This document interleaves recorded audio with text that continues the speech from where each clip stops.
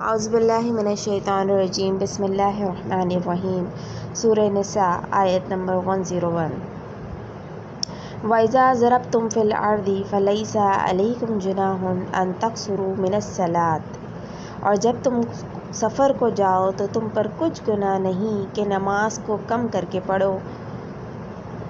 إِنْ خِفْتُمْ أَن يَفْتِنَكُمُ الَّذِينَ كَفَرُوا، بشرطے کہ تم کو خوف ہو کہ کافر لوگ تم کو ایذا دیں گے۔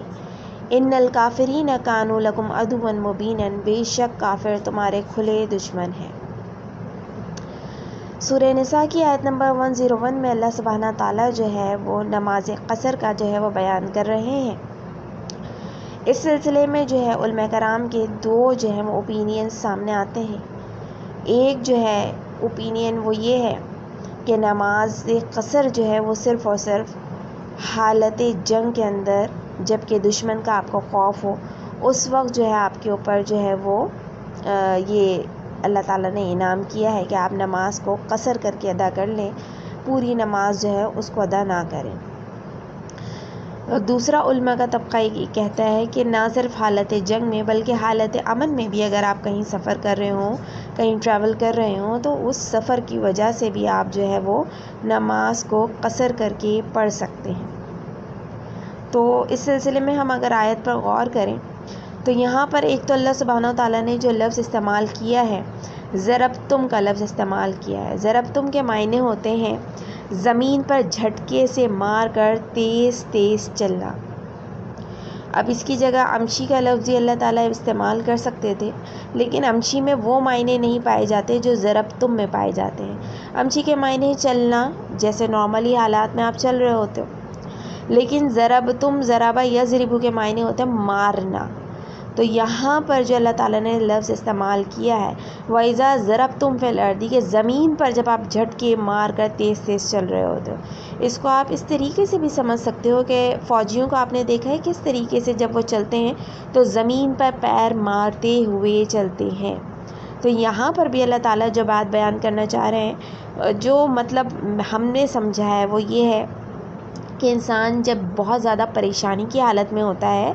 یا جنگ کی کنڈیشن میں ہوتا ہے تو ظاہر سی بات ہے وہ ایک مخصوص انداز میں چلتا ہے اور وہ زمین پر پیر مارتے ہوئے چل رہا ہوتا ہے۔ تو اس چلنے کے لیے، اس چلنے کی کیفیت کو ظاہر کرنے کے لیے اللہ سبحانہ و تعالیٰ نے ایک جامع لفظ یہاں استعمال کیا ہے ضربتم کا۔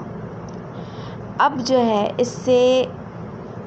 کون سا اوپینین جو ہے وہ ہم لے سکتے ہیں کہ نماز قصر جو ہے وہ صرف حالت جنگ کے اندر ہی جائز ہے، یا حالت امن میں بھی اگر آپ سفر کر رہے ہو تو بھی آپ نماز جو ہے وہ قصر کر کے پڑھ سکتے ہو؟ قصر سب سے پہلے یہ سمجھ لیجئے کن نمازوں میں ہے۔ قصر جو ہے وہ ظہر، عصر اور عشاء کی نمازوں میں ہے۔ جب آپ 4 رکعت پڑھتے ہو تو 4 رکعت کی جگہ آپ کیا کرتے ہو، قصر کر کے اس کو کم کر کے 2 رکعتوں میں جو ہے وہ نماز اپنی مکمل کرتے ہو۔ اب یہاں پر تو خصوصیت کے ساتھ ایک مخصوص پیرائے میں بات ہوئی ہے کہ اوپر اور نیچے جو ہے وہ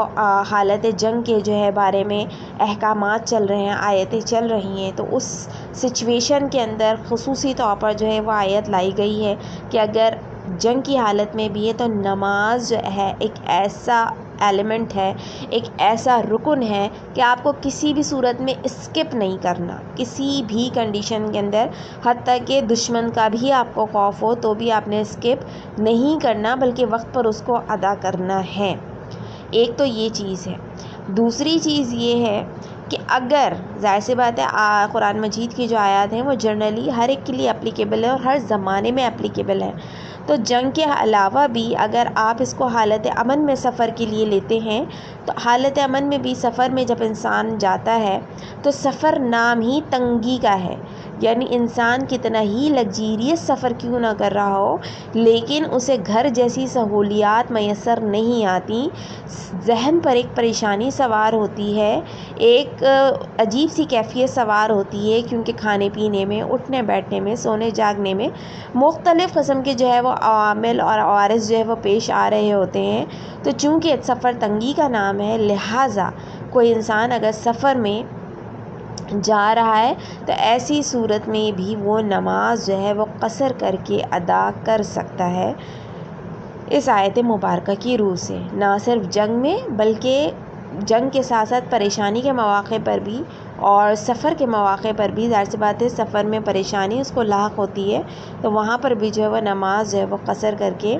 ادا کر سکتا ہے۔ تو یہی چیز جو ہے وہ سنت سے ثابت بھی رہی ہے، اللہ کے رسول صلی اللہ علیہ وسلم کی جو سنت ہے وہ بھی یہی رہی ہے کہ آپ جو ہے وہ حالت سفر میں جو ہے نماز کو قصر کر کے ادا کیا کرتے تھے۔ وآخر الدعوانا ان الحمد للہ رب العالمین۔